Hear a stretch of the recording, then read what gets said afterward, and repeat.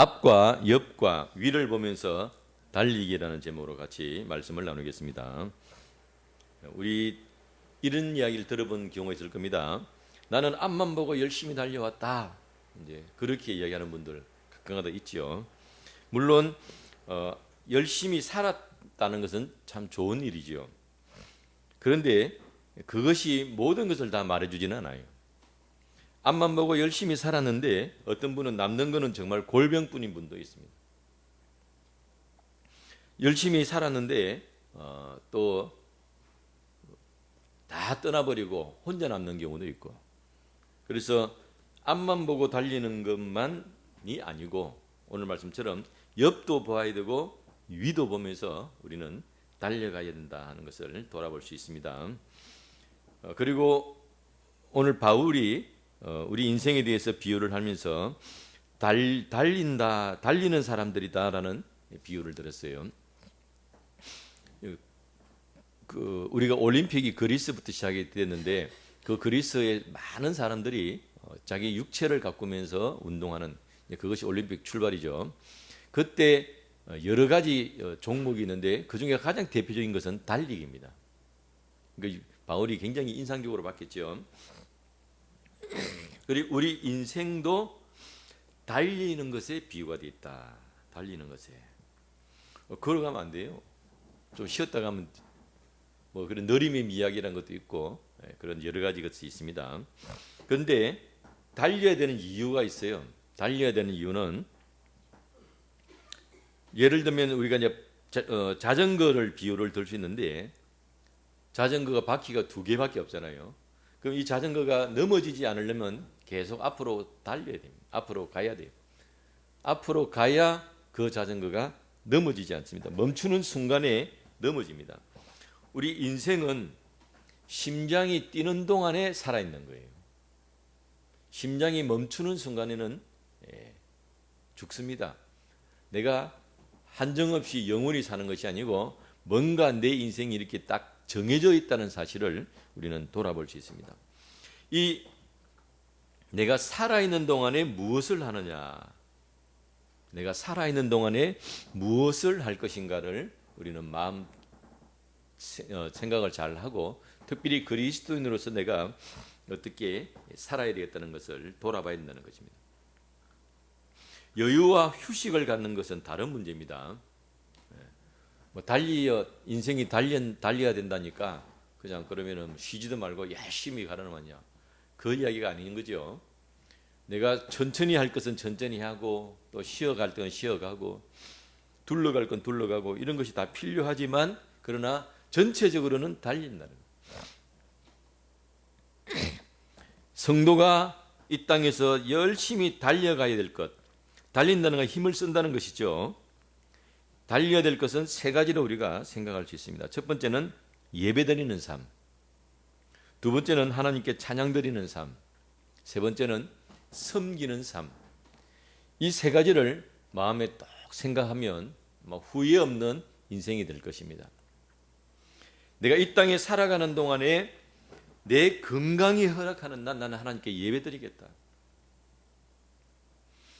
거꾸로 하는 거죠. 거꾸로 생각하면 어떠냐면, 내 몸이 아파요. 하나님께, 하나님 저 예배드리러 가야 됩니다. 건강 주세요. 제 섬기는 삶 살아야 됩니다. 건강 주세요. 그러면 더 그 기도 제목이 힘이 있겠죠. 그래서 내가 인생을 살아가는 동안에 열심히 살면서 내가 달려갈 것은 내 이 3가지, 예배드리는 것과 찬양과 섬김의 삶을 내가 일평생 멈추지 않겠다. 멈추는 순간 어떻게 된다고요? 죽는 것이니까 멈추지 않겠다라고 여러분이 목표를 정하시기를 바라겠습니다. 어떤 분은 예배를 잘 드리고 요양병원 한번 안 가고 예배를 잘 드리고 와서 하나님 부름 받는 경우도 있습니다. 우리도 그런 소원을 가져야 될 것 같아요. 주님, 자, 그렇게 달리는 인생인데 우리는 3 방향으로 바라보고 달린다 그랬습니다. 첫 번째는 앞을 보고 달려요. 자, 앞을 보고 달리는데 또 이렇게 이야기하는 분도 있어요. 저도 옛날에 이렇게 이야기한 적도 있어요. 그것이 뭐냐면 앞이 안 보인다. 앞을 보고 달린다고 하는데 앞이 안 보이는 거예요. 터널이 끝이 없어요. 끝이 없는 터널을 달리는 것 같은, 달리는 것도 아니죠. 어두우니까 보이는지, 내가 기어가는지 걸어가는지 뛰어가는지.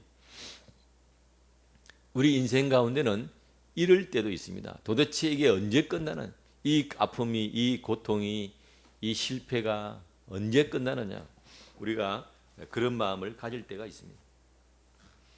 여기서 제일 중요한 사실은 당사자는 인내해야 됩니다. 인내. 무조건 다른 답이 없어요. 남이 대신해 줄 수 있는 것도 아니고 뭐 누구한테 맡길 수 있는 문제도 아니고 다 내가 짊어지고 가야 되는 겁니다. 여러분, 내 몸이 아파가 병원 가는데 주사 대신 맞아 줄 수 있습니까? 옛날에 그런 일이 있었어요. 부잣집 양반이 죄를 지으면 그 죄벌을 자기가 안 받고 하인을 보내는 거예요. 하인이 대신 맞아 벌 받는 거예요. 벌은 대신 받아줄 수 있지만 주사는 내가 직접 맞아야 돼요. 이 인내의 시간들은 견뎌야 됩니다. 다른 방법이 없어요. 그래서 우리가 이 말씀에서 우리가 특별히 또 하나 관심 있게 둬야 될 단어가 뭐냐면은 자살입니다. 자살. 지금 우리 대한민국의 심각한 질병 중에 하나가 뭐냐면 자살이 너무 많이 만연해 있고 또 많은 모범을 보여야 될 사람들이 자살로 너무 쉽게 해결을 해버리고, 자살하면 모든 게 미화가 되고 모든 게 미화가 돼버려요. 그래서 너무 쉽게 끝을 내버린다는 거예요. 내가 조금만 수치를 당할 것 같아도 죽어버리고, 조금만 괴로워도 죽어버리고, 그렇게. 그런데 그 고비를 넘겨야 됩니다. 힘들고 어려워도 그 고비를 참고 견디고 넘겨야 됩니다. 나무 바지가락 밑을 기어가라 해도 그걸 기어가야 됩니다. 왜냐하면 인생은 길기 때문에. 그래서 앞이 안 보이는 것 같은 그런 상황이 있어도 가야 돼요. 그게 우리 인생이다 하는 것을 돌아볼 수 있습니다. 옆에 사람은 어떻게 하느냐? 앞이 안 보이는 인생을 달려가고 있는 사람, 옆에 사람은 절대로 설교하면 안 돼요. 우리 다른 사람 뭐 힘들고 어려우면 꼭 입을 대거든요. 입. 그때는 주디인을 딱 닫고 뭐 하느냐? 옆에서 같이 띄워주는 거예요. 같이. 그런 경우 있습니다. 어떤 이렇게 혼자 뛰는 거하고요, 옆에서 같이 띄워주는 거하고 다르거든요. 제가 어떤 프로에 보니까 이 사람이 이제 부산에서 예를 들면은 부산에서 인천까지 달려가는 거예요. 걸어가는 거 아니고 뛰어가는 거예요. 물론 뭐 마라톤처럼 뛰지는 않지만, 근데 잠도 안 자고 뛰어요. 그런 사람이 있더라고. 지금은 뭐 그렇게 하지는 못하겠지만. 그러니까 그 혼자 뛰고 있으면 힘드니까 옆에서 같이 뛰어주는 거예요. 같이. 마음을 같이 하고 함께 해주는 것이 굉장히 중요합니다.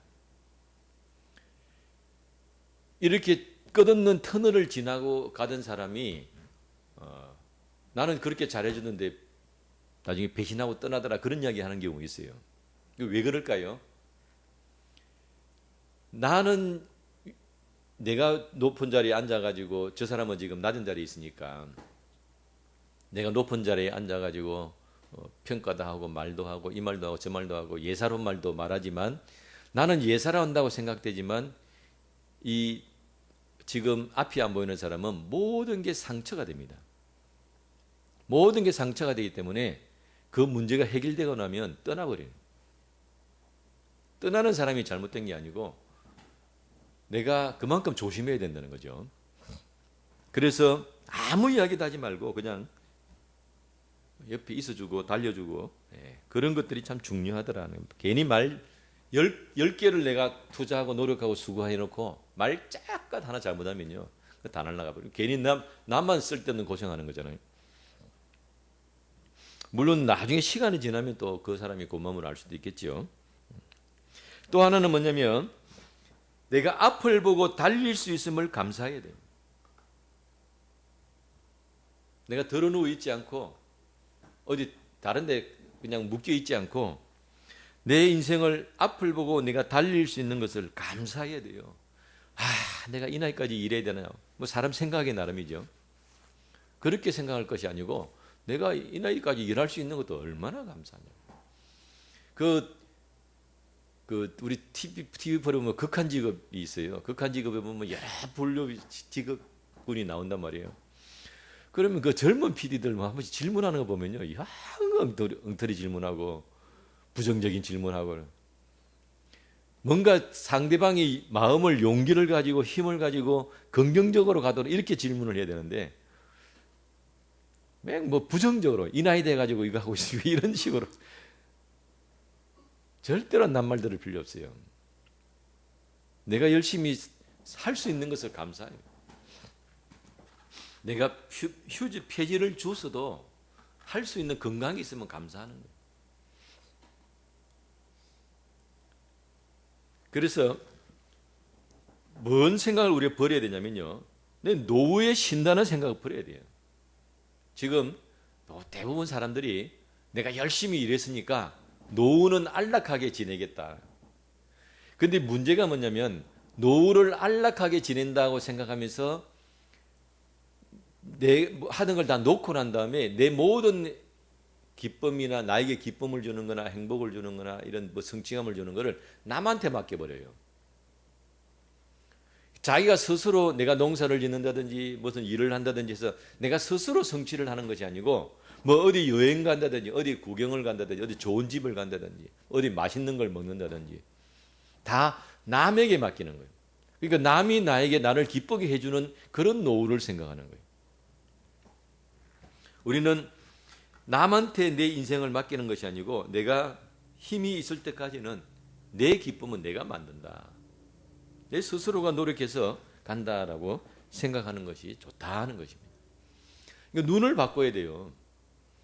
노후되어 가지고 어디 뭐 맛있는 거 먹으러 다니고 크루즈 배 타고 여행 다니고 그거 대단하게 보이고 노후되어 가지고 또 시골에서 밭일하고 농사하고 있으면 그거 그냥 아이고 그 나이가 일하냐 생각 자체가 저는 잘못됐다고 생각합니다.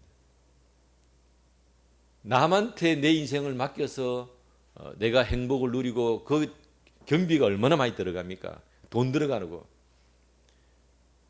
그 행복이 다 돈에서 나오는 거잖아요. 그것이 아니고 작은 일이라도 내가 내 힘으로 노력하고 수고하고 땀 흘려서 얻는 그 기쁨이 소중하다는 거죠. 그러니까 앞을 보고 내가 달릴 수 있는 것을 감사하고, 두 번째는 방향이 있다 그랬어요. 오늘 사도 바울이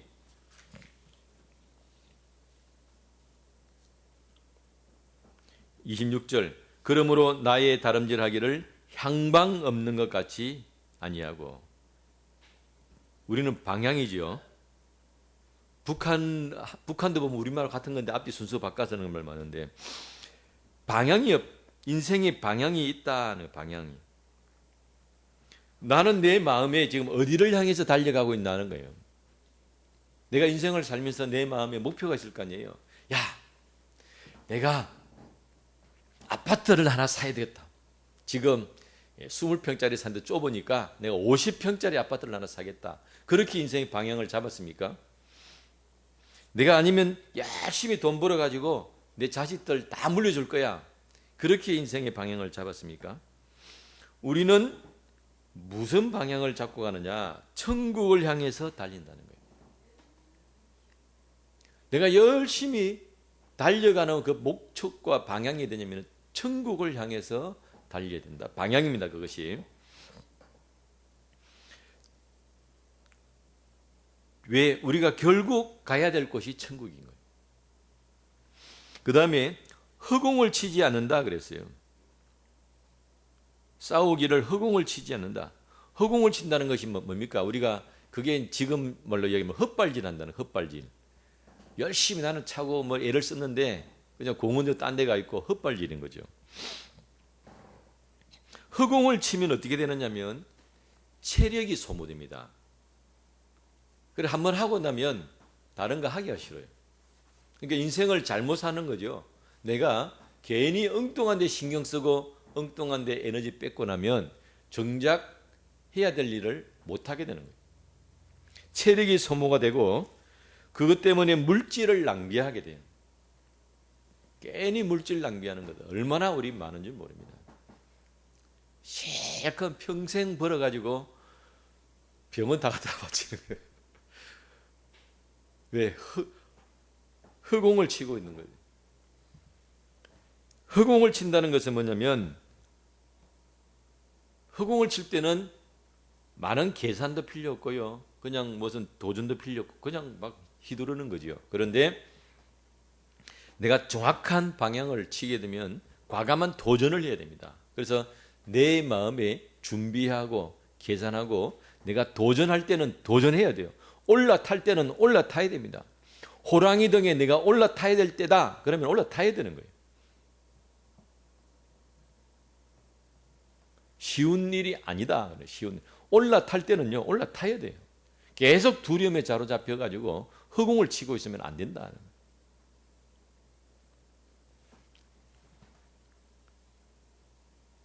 무조건 착하고 여린 것이 다는 아니에요.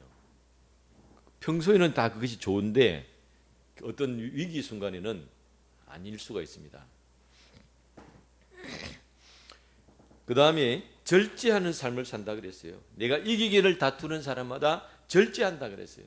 먹고 싶은 거 다 먹고 자고 싶은 거 다 잡고 무슨 달리기를 하겠습니까? 그래서 내가 목표가 생기면 그 목표에 맞추어서 나 자신을 만든다는 거예요.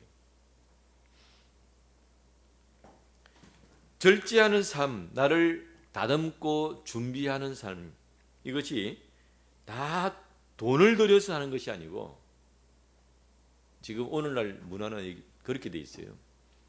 다 돈 들여서 하는, 얼굴 가꾸는 것도 돈 들여서 하고 건강 가꾸는 것도 돈 들여서 하고 몸 가꾸는 것도 돈 들여서 하고 열심히 벌어가지고 다시 돈 들여서 그 유지하는 거예요. 그런데 여기서 절제하는 삶이라는 것은 그런 것이 아니고 물론 그렇게 드려야 될 건 드려야 되지요. 오늘은 문화가 그러니까. 그래서 건강을 챙기고 내가 투자할 것은 투자를 하고 그런 부분도 있지만 그것만이 있는 것이 아니라는 거예요.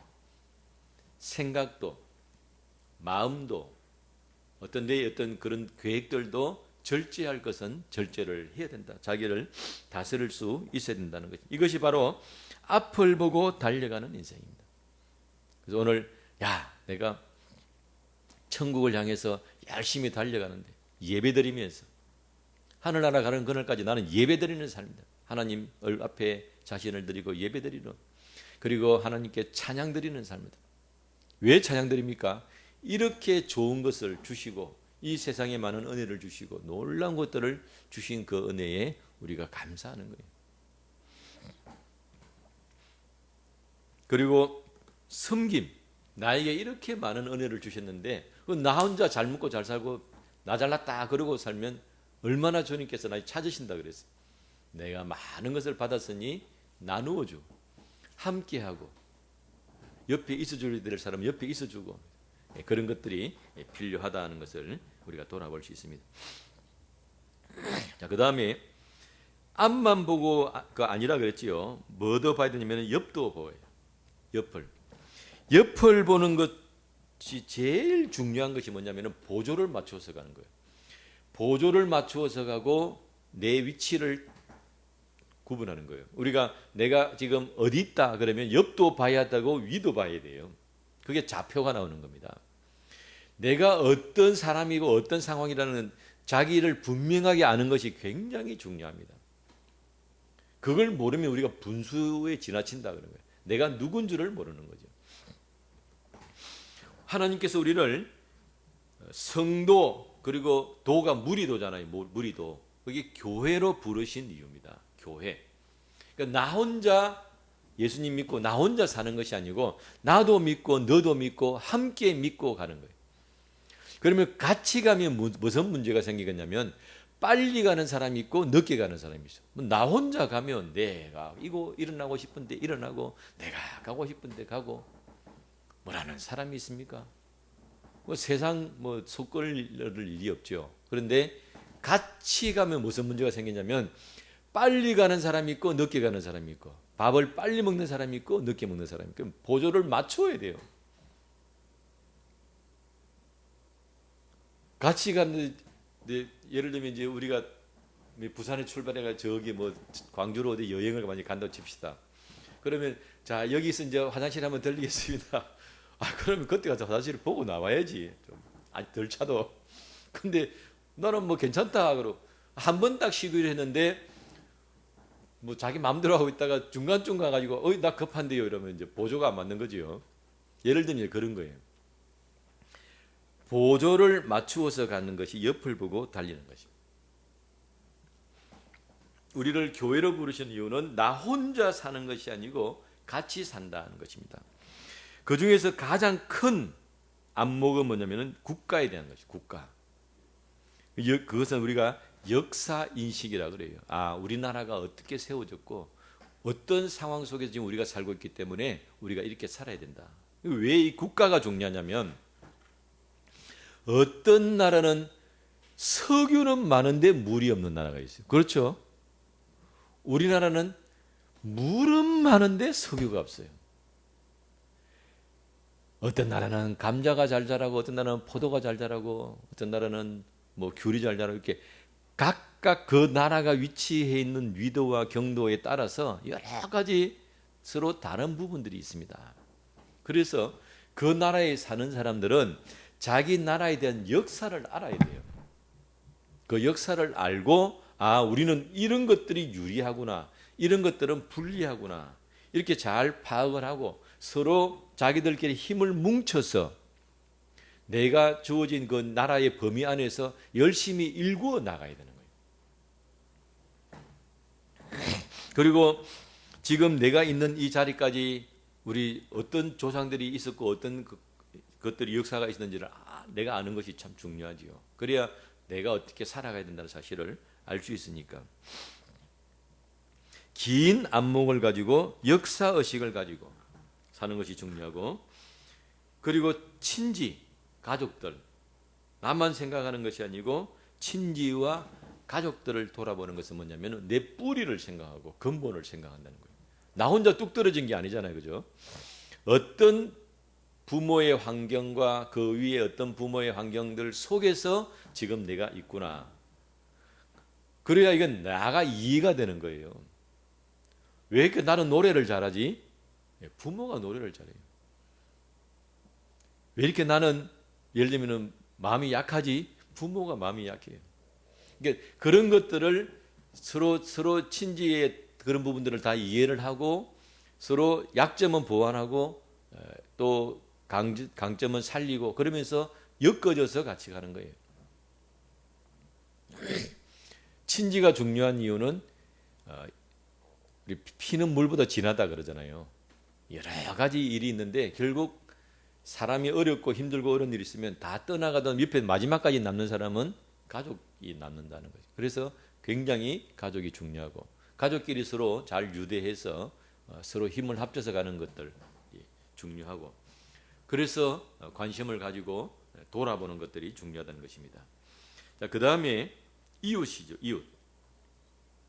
이웃은 내 모습이 드러나는 곳이에요. 내가 어떻게 살았느냐 하는 그 모습이 실질적으로 드러나는 곳이 이웃입니다. 하루 이틀 정도는 웃으면서 포장을 해서 살 수 있지만 사람이 길게 지내면 그 사람 다 드러납니다. 그러면 이웃 간에 서로 화목하게 지내고 화합하면서 사는 것들이 중요한 것입니다. 그래서 이 옆을 보고 달리는 인생은 내 좌표가 있는 인생이기 때문에 내가 지금 나는 어떻게 내 과거에 흐르는 것들이 내가 있고 그래서 내가 앞으로 이렇게 살아야 되겠구나. 자기 한계와 능력을 분명히 인식하는 거예요. 자기 한계와 능력을 분명히 인식하는 거예요. 자, 그런데 또 하나 문제가 있어요. 자, 옆을 봤는데 옆을 보라 해서 옆을 봤어요. 차라리 안 보면 좋았을 걸. 옆을 봤더니 내보다 잘난 사람이 지금 가고 있어요. 안 봤으면 속이나 편하지. 나는 끄이 해가지고 그냥 겨우 전셋집 하나 마련해 살고 있는데 옆에 보니까 뭐 비싼 아파트, 별장 같은 아파트 살고 있어요. 봤단 말이에요. 자, 그럴 때 옆을 봤을 때는 우리가 나보다 앞선 사람을 보면 경쟁하는 마음을 가지면 됩니다. 경쟁하는 마음. 그 경쟁하는 마음이 뭐냐면, 네 앞섰네? 10년만 기다리라. 내 따라간다. 이렇게 긍정적인 마음을 가지라는 거예요. 아, 나는 지금 당장을 끊어가지고 2025년도 끊어가지고 판단하지 말고 10년 지나고 보자. 뭐 그런다고 그 사람을 해꾸지하는 게 아니고 내가 열심히 살아서 내가 네보다 앞서겠다 하는 그런 긍정적인 경쟁의 마음을 가져야 된다는 거예요. 근데 옆을 봐니까 내보다 못난 사람이 있어. 그럼 좀 위로를 얻는 거지요. 아이고, 나 좀 잘났네. 감사합니다. 이렇게 스스로 좀 위로도 얻고 용기도 얻고 그렇게 가는 거예요. 근데 이걸 완전히 거꾸로 하는 사람이 있어. 거꾸로. 이 공상당들이 잘 쓰는 수법. 거꾸로. 나보다 앞선 사람이 있어요. 그럼 어떻게 하겠습니까? 불평불만하는 거죠. 세상이 썩었다 그러고 뭐 뒤집어 엎어야 된다 그러고 사회 구조가 악이다 그러고 막 사회 구조적으로 악이 되어서 이거 바꿀 수가 없다. 뒤집어 엎어야 된다 그러고. 그래서 불평하고 낙심하고 싸우려고 그러고 남 탓하고 그게 이제 거꾸로 반응하는 거죠. 또 이런 사람들이 자기보다 못한 사람 보면 어떻게 반응하겠습니까? 무시하는 거죠. 교만하고 무시하고. 그러니까 똑같은 것을 놓고도 우리는 앞에처럼 반응해야 된다. 다 그게 내 건강에 좋아요. 내 건강에 좋습니다. 자, 이렇게 우리가 옆을 보고 열심히 또 다 같이 달리고 그 다음에는 이제 어디를 봐야 됩니까? 위도 봐야 됩니다. 위도. 위에도 쳐다봐야 돼요. 그 우리 저는 비행기를 타보지는 않았지만, 비행기를 조정해 볼 일은 우리가 없지만, 항공기하고 다른 전투기 있잖아요. 전투기는 속도가 너무 빨라요. 속도가 너무 빠르기 때문에 내가 똑바로 가든 뒤집어 가든 중력을 느낄 수가 없어요. 보통은 그냥 가다가 옆으로 기울면 중력이 느껴지잖아요. 근데 너무 빠르니까 가는 중력이 크니까 내가 지금 똑바로 땅에 붙어가 똑바로 가고 있는지 뒤집어져 가지고 지금 가고 있는지 느낄 수가 없다는 거예요. 위를 우리가 봐야 되는데 위를 보고 가야 안전할 거 아니에요. 근데 이게 뒤집어져서 가는 거예요, 지금. 그러면 추락할 가능성이 높지요. 왜 그렇겠습니까? 너무 빨리 가는 거예요. 자기 생각이 너무 강한 거예요. 자기 생각과 경험이 너무 강하니까 위인지 아래인지 옆인지 방향 구분이 안 가고 그냥 달리기만 바쁜 거예요. 근데 우리는 위를 봅니다. 위를 볼 때 두 가지를 생각하시는데요. 첫 번째는 하나님이 계신다. 하나님이 심판하신다. 하나님이 심판하실 때 우리는 두렵다. 그래서 하나님 무서운 줄 아는 거예요. 그런데 이 세상에 하나님 무서운 줄 모르는 사람이 너무 많아요. 저는 김일성이나 김정은이나 이런 사람들이 하나님 살아계시고 하나님을 두려워하는 마음이 있으면 그렇게 하겠냐.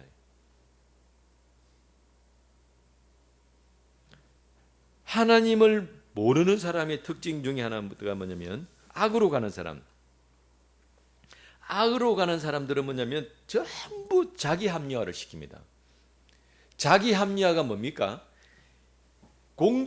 모든 사람이 다 인정하는 법을 내가 같이 맞춰서 따라가는 게 아니고 누가 법이에요? 자기가 법이에요. 저 법이 잘못된 거야. 내가 무조건 옳아. 그래서 또 이게 아니다 싶으면 거짓말을 합니다. 거짓말. 사람 눈을 속이는 거예요. 사람 눈만 속이면 돼요.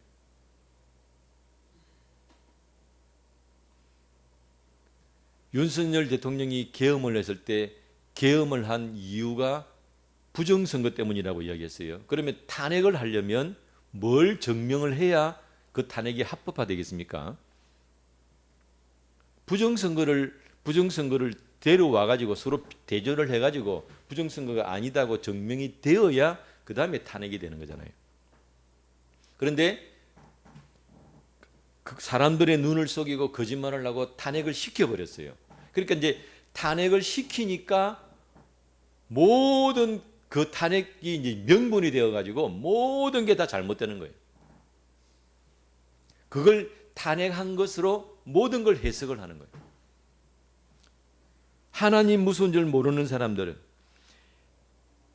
악으로 가는 사람들은 자기 합리화를 시키면서 사람의 눈만 속이면 이기면 되는 것이요. 힘으로 누르고 이기고 큰 소리 치면 되는 거예요. 그런데 이런 사람들이 뭘 모르는 거예요? 하나님 심판이 있다. 저는 그 생각했습니다. 김일성이가 죽었을 때 전문용어로 뒤진 거예요.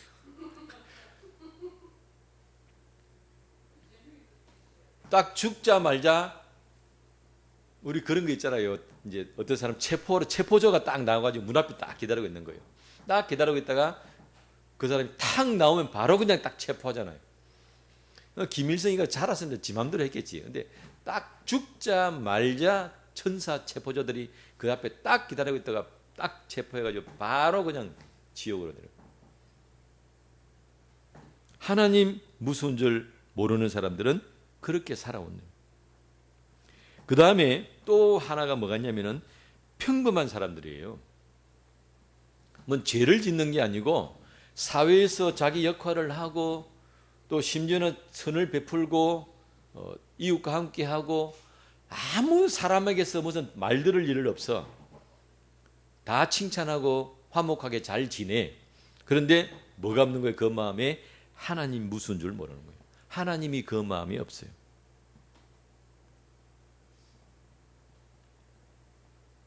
그러면 이런 사람들은 뭐냐면 그 영적인 죄라 그래요. 영적인 죄. 그러니까 죄가 두 가지가 있는데 사람 앞에 짓는 죄가 있고 하나님 앞에 짓는 죄가 있다 이 말이에요. 그 제사도 이스라엘 백성들이 드리는 제사가 5대 제사가 있는데 그 중에 무슨 제사가 있냐면은 속건제가 있고 속죄제가 있어요. 속건제는 하나님 앞에 지은 죄를 다시 가서 회개하는 것이고 속죄제는 사람 앞에 지은 죄인데 사람 앞에 변상할 건 변상하고 또 하나님 앞에 용서받는 거예요. 그러니까 평범한 사람은 우리가 생각할 때 아이고 저 사람은 법 없이 살 사람이야. 그건 누구 마음인 거예요? 그건 내 생각인 거예요. 내 생각. 여러분 보세요. 지금 현재 우리나라에서 어느 당끼리 똘똘똘 뭉쳐가지고 형님 아우 하고 니 잘났다 내 잘났다 그러고 이 사람 대단한 사람이야 하고 여러분 옆에서 보면은 열심히 살았네 이렇게 마음을 나옵니까? 말 나와요? 그러니까 하나님도 마찬가지다 이 말이에요. 하나님의 법이 있고 모든 것을 다 하나님이 창조하시고 하나님께서 우리에게 주셨는데 사람들끼리 똥똥 뭉쳐가지고 니 잘났다 내 잘났다 그러고 밀어주고 형님 아우 하고 우리 서로 화목하게 지내자 그러고 열심히 살고 그러고 있으면 사람끼리는 서로 화목할 줄 모르지만 하나님이 보실 때는 아니다 이 말이에요. 왜? 하나님을 알만한 것을 그 사람에게 주셨다 그랬어요. 조금만 생각하면 하나님 살아계신 걸 알 수 있는데도 애써 무시하고 관심 안 두고 사람 눈치만 보고 사람끼리만 잘나고 하니 그 벌도 만만치 않다 이 말이에요. 여러분 이스라엘의 왕들 중에 유다가 있고 이스라엘이 있는데 이스라엘의 왕들 중에 아주 악한 왕의 대명사가 누구냐면 아합 왕이에요. 하나님께서 아주 악한 사람으로 뽑아놨다고. 그 사람이 악한 사람이냐? 아니에요. 성경에 보면은 사람 참 좋은 사람이에요. 그래서 이웃 나라에서도 아합한테 이제 우리 저 사람한테 잘 보이면 우리가 실수한 거 용서받겠다 그러고. 아합이 사람이 상당히 좋은 사람입니다. 그런데 성경은 아주 악한 사람으로 뽑아놨어요. 누구 기준? 하나님 기준이에요. 사람 앞에 잘하는 거, 사람하고 비유 맞추는 건 다 결국은 누구 잘할 좋아라고 하는 거예요. 내 좋아라고 하는 거지. 내가 약하고 부족하니까 사람 비유 맞춰가지고 남한테 피해 안 당하고 그렇게 살려고 하니까 그러는 거고, 내가 힘이 세면 남 비유 맞출 필요 뭐가 있습니까? 내 마음대로 하면 되지. 같은 거다 이 말이에요. 그래서 평범한 사람도 하나님 무서운 줄 모르고, 우리는 생각할 때 법 없이 살 사람 같이 보여도 하나님 보실 때는 그렇지 않다는 것을 우리가 돌아볼 수 있습니다. 우리는 하나님 무서운 줄 아는 사람들입니다. 하나님 살아계신 줄을 아는 사람들입니다. 신약에 오면 그것을 어떻게 표현을 해놨냐면은 신부단장이다는 표현을 썼어요. 신부, 신랑을 맞이하는 신부다. 그러니까 위를 보면서 사는 삶이 얼마나 아름다운 삶인가를 우리가 돌아볼 수 있어요. 우리는 뭐 옛날에 무슨 종말론 이야기하고 666 표 하면은 딱 첫 번째 오는 그 감정이 뭐냐면 두려움이거든요. 야, 하나님이 세상 심판하시고 예수님 재림하시고 나팔 불면 모든 게 끝나고 우리는 이제 끝장나는구나, 이게 두려움이에요. 그게 아니고 신랑을 맞는 즐거움입니다. 즐거움. 그러니까 종말 신앙을 가지면 위로 하나님을 쳐다보면서 사는 신앙은 두려운 삶이 아니다 이 말이에요. 그러니까 예수님을 믿으면서 두렵게 사는 건 제대로 믿는 게 아니에요.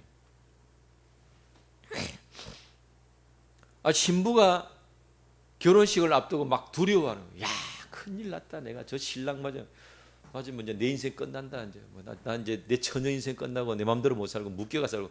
그런 사람이 어디 있어요? 그 뭐 사랑 안 하고 진짜 완전히 가문끼리 어쩔 수 없이 결혼하면 몰라도 내가 사랑으로 결혼하면 안 그렇죠.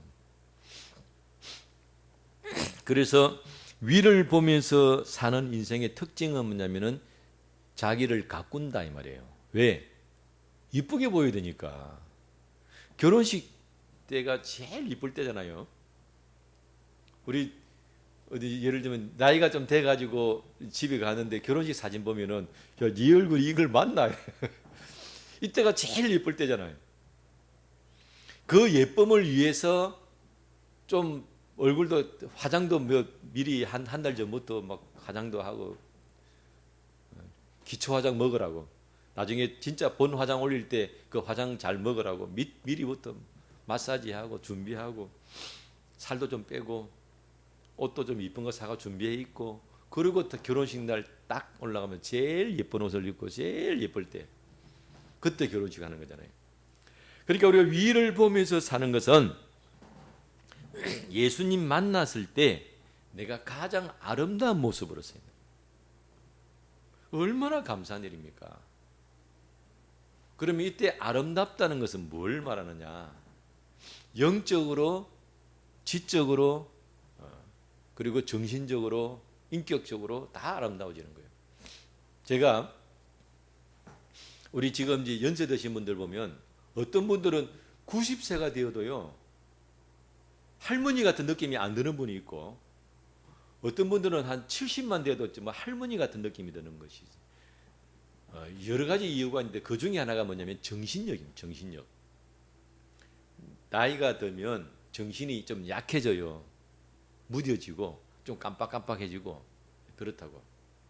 그런데 우리가 끝까지 놓지 말아요. 그러니까 정신도 훈련을 하는 거죠. 여러분들이 매주 와서 예배드리고 하나님 말씀 듣고 찬양하고 설교 듣고 이것도요 굉장한 도움이 되는 거예요.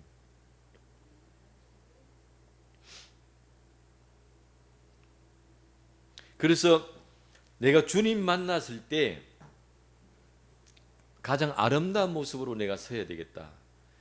그 마음도 좀 고약하게 먹었던 마음들 있으면 풀어야 돼요. 내가 예수님 앞에 섰을 때 조심해야지.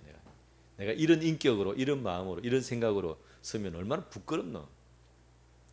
몸은 세월이 지나니까 늙어가지만 마음은 더 아름답게 가꾸어지는 거예요. 그러니 위를 보면서 달리는 인생은 얼마나 기쁘고 즐거운 인생인가를 우리가 돌아볼 수 있습니다. 마지막으로 위를 보면서 달리는 인생은 하나님께 영광 돌리는 삶이에요. 내가 이 땅에 살아가면서 제일 많이 남겨야 될 흔적이 뭐냐면은 하나님께 영광 돌리는 겁니다. 그러니까 여러분들이 기도할 때 늘 입술로 고백을 하세요. 뭐라고요? 하나님께 영광 돌려드립니다. 그걸 입술로 고백을 해야 돼요. 마음으로 하면 안 됩니까? 안 됩니다. 내가 마음으로는 하는 것하고 입술로 고백하는 거하고 달라요. 입술로 고백을 할 때 그게 실체가 되고 공기 중에 떠다니는. 그런데 하나님께 왜 영광을 돌려드리느냐? 안 돌려드릴 수가 없어요. 뭘 알아간. 그냥 예사로 생각했던 것. 하나님 우리를 사랑하시고 우리를 구원하시기 위해서 예수님을 보내시고 천지만물을 창조하시고 다 예사로 생각하는 거예요. 그런데 살아보니 그게 아니거든요. 참 하나님의 마음이 이러시구나. 하나님께서 우리에게 이렇게 해주셨구나. 이걸 알아가니까 저절로 찬양이 나오고 감사가 나오고 영광이 돌려드리는 거예요.